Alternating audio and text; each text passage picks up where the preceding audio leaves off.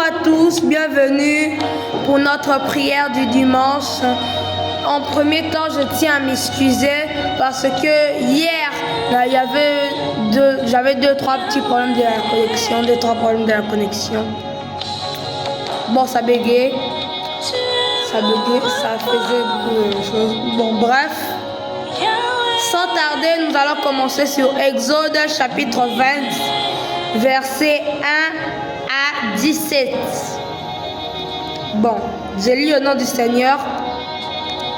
Alors Dieu prononça toutes ces paroles en disant: Je suis l'Éternel ton Dieu, qui t'ai fait sortir du pays de l'Égypte, de la maison de servitude. Tu n'auras pas d'autre Dieu devant ma face. Tu ne feras point d'image taillée ni de représentation quelconque des choses qui sont aux cieux, qui sont en haut dans le ciel, qui sont en bas sur la terre et qui sont dans les eaux, qui sont dans les eaux plus bas que la terre. Tu ne te prosterneras point devant elle. Tu ne les serviras point car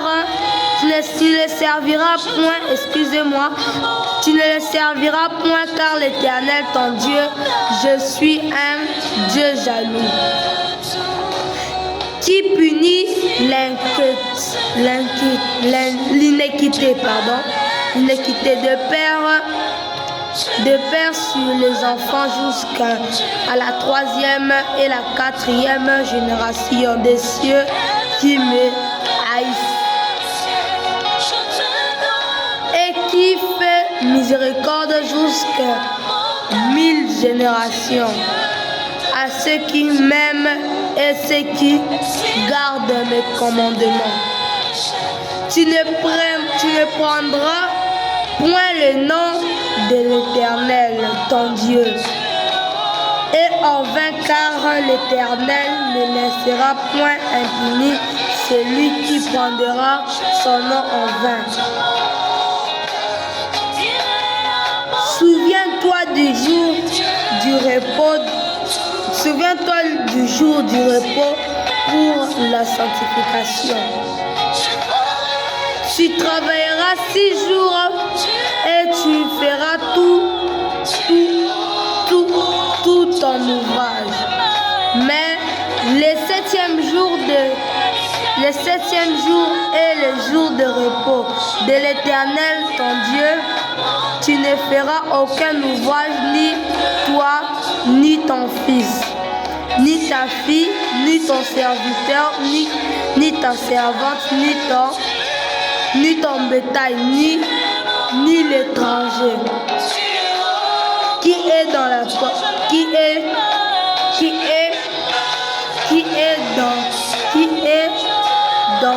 dans tes portes.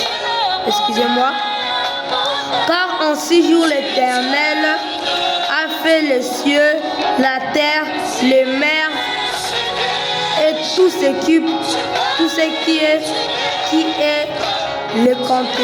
est contenu, et il se reposa le 7e jour. C'est pourquoi l'Éternel est béni le jour du repos.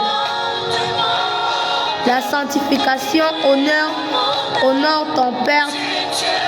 La sanctification. Honore ton Père et ta mère afin que tes jours se prolongent dans le pays que l'Éternel ton Dieu te donne. Tu ne tueras point, tu ne combattras point l'adultère, tu ne déborderas point, tu ne porteras point faux témoignage contre ton prochain.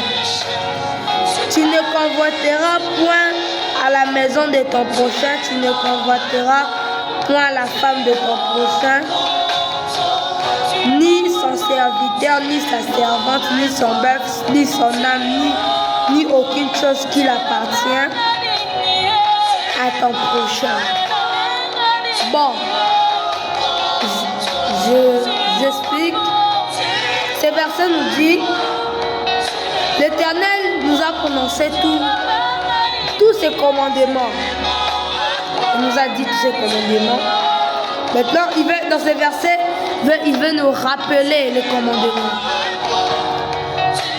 de Dieu.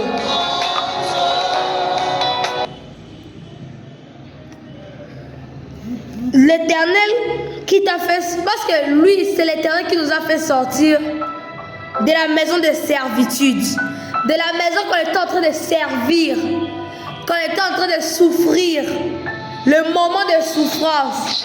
C'est l'Éternel qui va nous enlever de ces moments de souffrance. C'est lui qui nous a enlevé de ces moments de souffrance. La maison de servitude, là, c'est comme l'Égypte. Nous sommes les Israéliens. Par exemple, nous sommes des Israéliens. On va coloniser en Égypte. On va capturer en Égypte. Quand on nous a capturés en Égypte, maintenant c'est Dieu là, avec nos prières. C'est Dieu là qui écoutait nos prières. Nous a fait retirer.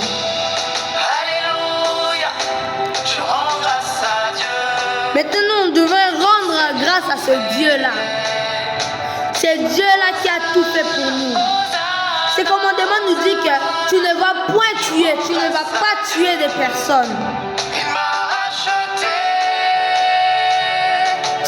Tu ne vas pas tenir un faux témoignage contre ton prochain. Par exemple, je fais un exemple. Par exemple, une personne qui s'appelle par exemple Songolo Pakala. Songolo Pakala, maintenant, maintenant les problèmes à Boudin. C'est un exemple. Songolo Pakala, les problèmes à Boudin. Ça fera quoi à Dieu? Tu ne porteras aucun faux témoignage. Tu ne voleras rien qui est de ton prochain. Ni ce bœuf, ni ce qu'il appartient, ni sa nourriture, tu ne vas pas le voler. Ni sa famille, tu ne vas pas voler. Tu ne vas rien voler à ton prochain. Tu ne vas adorer aucun Dieu. Aucun Dieu à part Dieu. À part lui, tu ne vas adorer aucun Dieu. Aucun, même pas un seul de plus. Tu dois adorer seulement un seul Dieu. Tu es notre Dieu, le Tout-Puissant. Bon, nous allons prier. Nous allons prier pour que l'Éternel puisse nous délivrer. De cette maison qu'on nous a enfermés, dans cet arbre qu'on nous a cloué. Que l'Éternel puisse nous délivrer. Que l'Éternel puisse nous laisser sortir de cet endroit. Commençons à prier. Ô Père éternel, Seigneur Jésus-Christ. Toi, tu conduis toutes choses. Délivre-nous, garde-nous, Seigneur. Enlève-nous de cette maison qu'on nous a emprisonnés, Seigneur, Père éternel, je t'en supplie.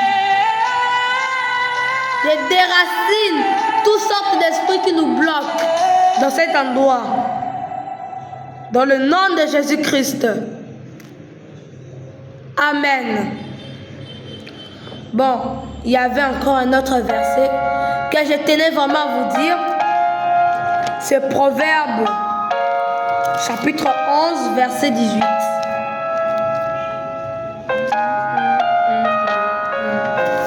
Excusez pour le petit temps de chercher le verset.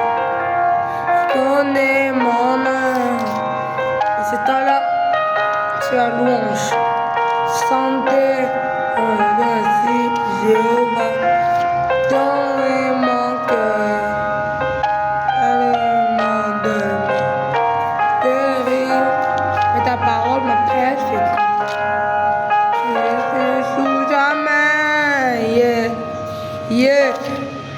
Je me confie en toi, car c'est toi en qui je suis. Moi je sais qu'il y a un Dieu dans les cieux qui contrôle et justifie. Oh, moi je sais qu'il y a un Dieu dans les cieux qui contrôle et justifie. Oui, moi je sais, il y a un Dieu puissant dans les cieux qui contrôle et justifie. Peu importe les temps et les circonstances, je te fais confiance. Hey!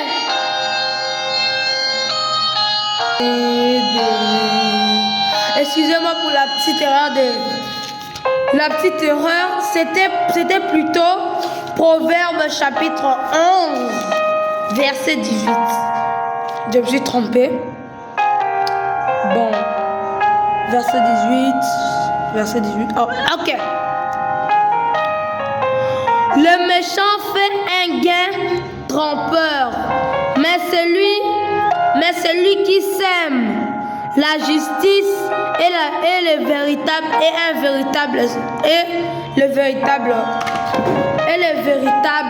salaire. Ce verset nous dit: oui, l'ennemi est un menteur. Oui, le méchant est un trompeur. Il essaie de nous tromper en toutes sortes de moments, en circonstance. C'est un trompeur, oui.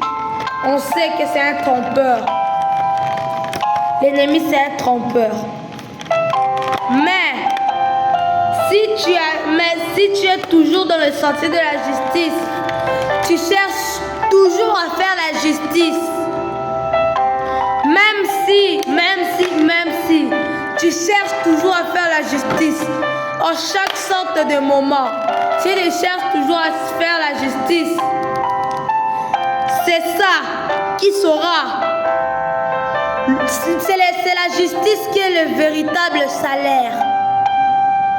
Dieu nous donne le vrai salaire par la justice.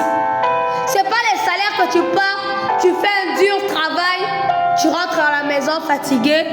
Ça peut être on te paye pas par moment, mais les salaires que Dieu te donne est plus élevé que les salaires que tu pars travailler.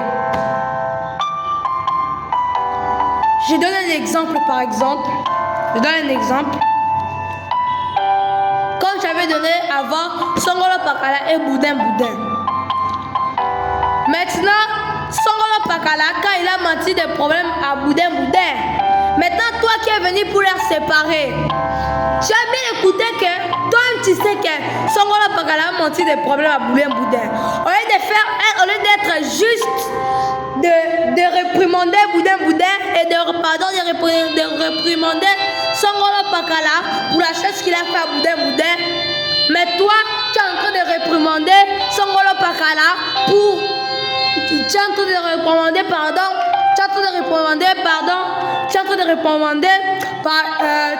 réprimander Boudin au lieu de réprimander Songolo Pakala. Tu as fait l'injustice. Dieu n'aime pas ça. Mais si tu avais fait la chose qui était juste, Dieu allait te donner une vraie récompense. C'est pas une récompense, par exemple, tu pars au travail, acharné, tu pars en te donnant par exemple 600 000 au travail, 600 000. Mais aussi des fois que tu es impayé. Mais Dieu, si tu fais un bon acte envers lui, quand Dieu va dire, ah oui, celui-là, il a fait un bon acte. Il a fait un bon acte. Je vais le récompenser. Dieu ne ment jamais. Je vais d'abord passer à la louange. Alléluia. Oh, je sais. Nous sommes de génération choisie, appelée pour montrer son éclat. excellence. Tout ce dont j'ai besoin, Dieu me l'a donné. Je sais qui je suis. Je vais le confesser ce matin. Je sais qui je suis en ce Dieu. Seigneur Jésus-Christ, souviens-toi de nous, Seigneur. Parce que tout ce qu'on a besoin, tu nous le donnes. Souviens-toi de nous, Seigneur. Souviens-toi des choses justes qu'on a fait envers toi. Souviens-toi, Seigneur, de nous. Souviens-toi, Père éternel. Souviens-toi. Souviens-toi. Seigneur, souviens-toi de nous. Seigneur, protège tous ceux qui ont suivi cette prière. Et protège aussi ceux qui n'ont pas suivi cette prière. Seigneur, protège-le, garde-le. Même s'il y a d'autres personnes qui n'ont pas eu le temps de suivre la prière, Seigneur, protège-le. Garde-le. Dans le nom de Jésus-Christ. Je sais qui je suis. Dans le nom de Jésus-Christ. Amen. Bon, c'est sur cette chanson qu'on se laisse. Que Dieu puisse vous bénir. Que Dieu puisse vous protéger. Que Dieu puisse vous protéger en toutes sortes de moments, toutes sortes de circonstances. Que l'Éternel soit toujours avec vous. Qu'il puisse toujours vous bénir. N'hésitez pas aussi à vous abonner et à liker. C'était notre prière de jour.